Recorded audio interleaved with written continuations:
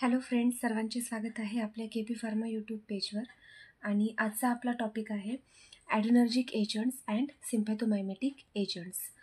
त्याआधी जर पेजवरती कोणी नवीन असेल तर आत्ताच चॅनलला सबस्क्राईब करा. सो आजचा आपला टॉपिक आहे ॲड्रेनर्जिक एजंट्स आणि त्यालाच अल्टरनेटिव्ह नाव आहे सिम्पॅथोमायमेटिक एजंट. ॲड्रेनर्जिक आणि त्यालाच अल्टरनेटिव्ह नाव आहे सिम्पॅथोमायमेटिक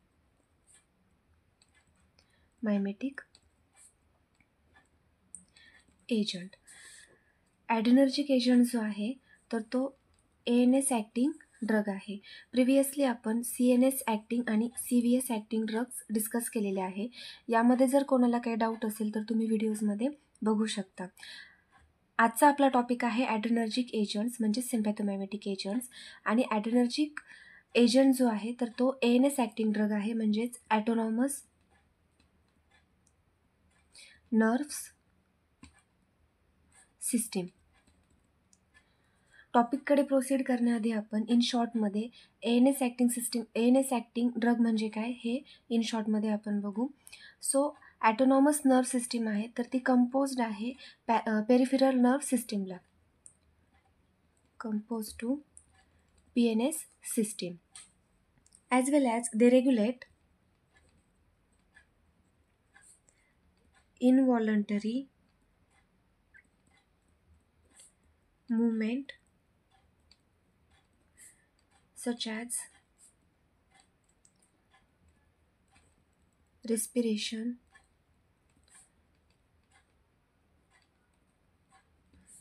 breathing, digestion, heartbeat आणि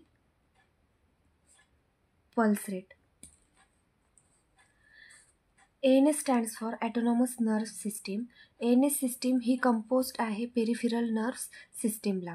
ANS सिस्टीम्समध्ये सगळ्या इनवॉलंटरी मुवमेंट्स होतात बॉडीमध्ये. Involuntary movements it means uncontrol movements occur such as respirations, breathing, digestion, heartbeat आणि pulse rate. ANS acting system जी आहे तर ती डिवाईड झालेली आहे 3 टाईपमध्ये किंवा कंपोज झालेली आहे 3 टाईपमध्ये. फर्स्ट आहे sympathetic, second one parasympathetic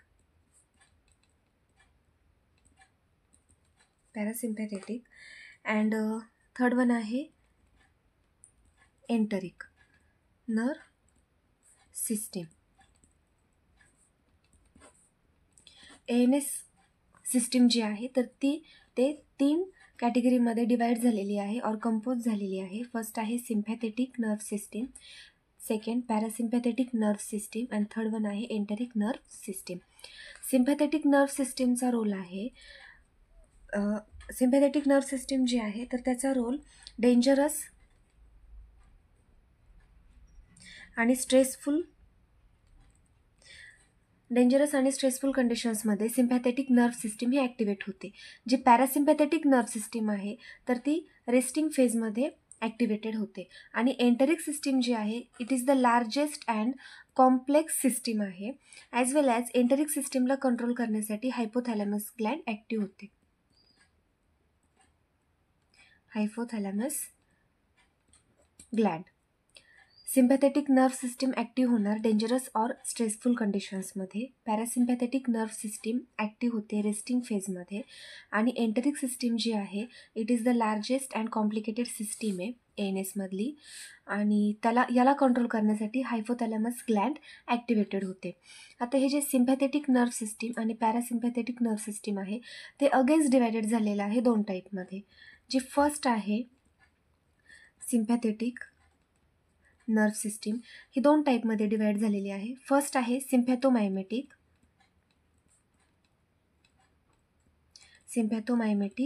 nerve system आणि सेकंड वन आहे सिम्पॅथोलायटिक नर्व सिस्टीम.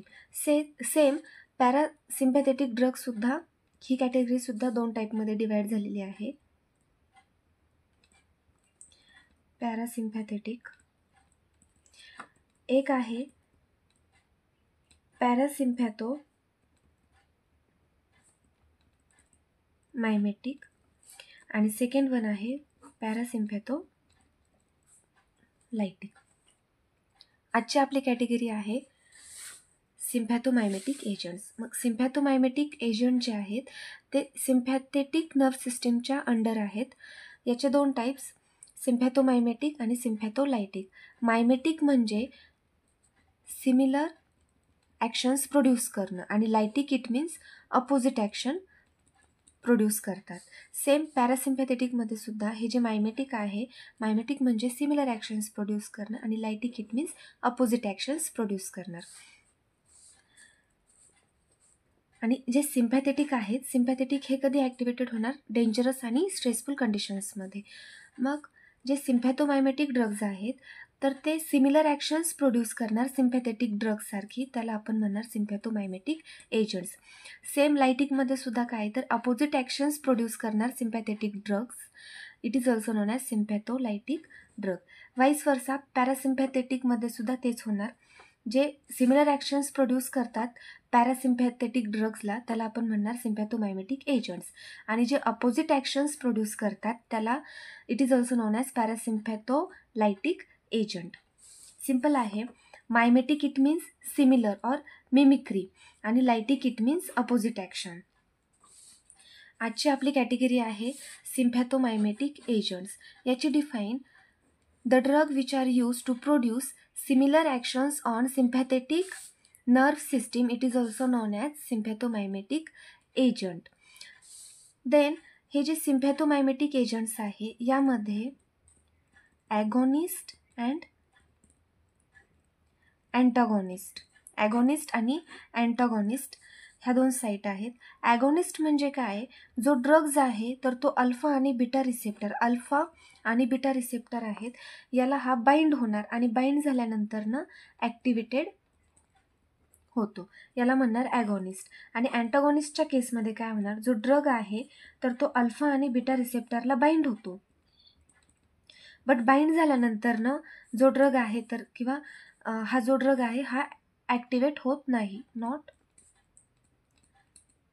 ॲक्टिवेटेड. सिम्पॅथोमायमेटिकच्या अंडर आहे ॲगोनिस्ट आणि अँटागॉनिस्ट.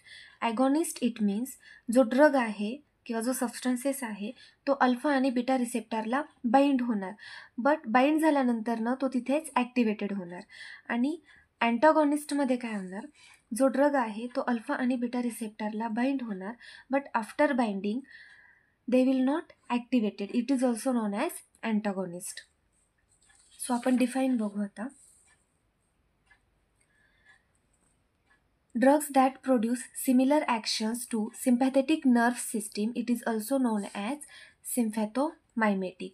आणि adrenergic काय तर drugs that completely mimics the actions of epinephrine or norepinephrine, it is also known as adrenergic agents.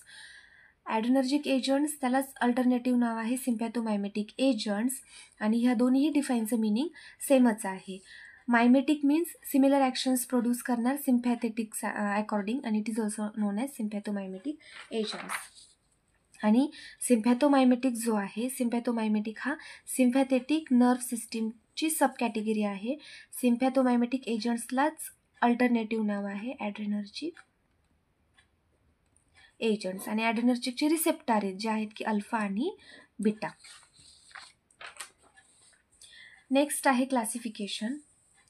So ॲड्रेनर्जिक एजंटचं जे classification आहे तर ते 4 क्लासमध्ये डिवाईड झालेलं आहे. फर्स्ट आहे alpha blocker, then beta blockers, direct acting agents आणि इनडायरेक्ट ॲक्टिंग एजंट्स. आता हे जे अल्फा आणि बीटा ब्लॉकर्स आहेत ते आपण सीव्हीएस ॲक्टिंग ड्रग्ज जे आपण बघितले त्यामध्ये आपण ब्रीफली डिस्कस केलेले आहेत. अल्फा ब्लॉकर्स जे आहेत त्याच्या ॲक्टिव्हिटीज काय आहेत तर relax smooth muscles and to treat low blood pressure.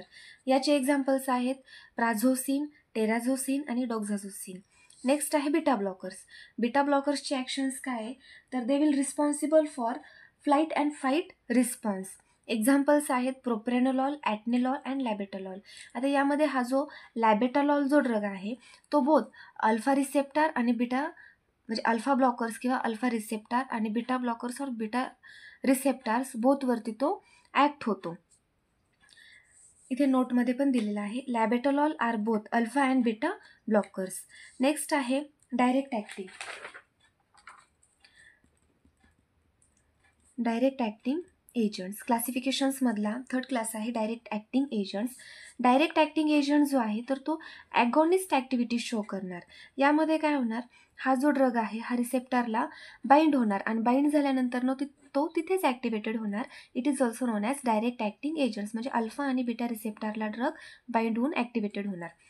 याचे एक्झाम्पल आहे नॉरइपिनेफ्रिन, इपिनेफ्रिन अँड सॅल्ब्युटामॉल. नेक्स्ट वन आहे, last one, indirect acting agent. Indirect acting agents. Indirect acting agent जो आहे तर तो अँटागोनिस्ट ॲक्शन शो करणार. म्हणजे जो ड्रग आहे तो अल्फा आणि बीटा ब्लॉकर्सला बाइंड होणार, but after binding they will not activated and it is also known as indirect acting agents. म्हणजे अल्फा आणि बीटा ब्लॉकर्सला ड्रग बाइंड होणार आणि बाइंड झाल्यावरती तो ॲक्टिवेट होणार नाही. एक्झाम्पल्स आहेत इपिनेफ्रिन आणि स्पुडोइपिनेफ्रिन. सो आजचा जो आपण टॉपिक बघितला आहे यामध्ये जर कोणाला काही डाऊट असेल और जर पॉईंट्स क्लिअर नसतील तर तुम्ही कमेंट्समध्ये सांगू शकता. तसेच जर पेजवरती नवीन असाल तर आत्ताच व्हिडिओला लाईक, शेअर आणि सबस्क्राईब करा. नेक्स्ट पार्टमध्ये हे जे एक्झाम्पल्स आहेत प्रोप्रेनोलॉल, लॅबेटॉलॉल और नॉरइपिनेफ्रिन, इपिनेफ्रिन, ह्या एक्झाम्पल्सचा आपण ब्रीफली स्टडी करणार आहोत. त्यामध्ये त्याचं structure, chemical name, uses, brand name, official preparation, storage conditions and mechanism of actions हे आपण डिस्कस करणार आहोत. थँक्यू.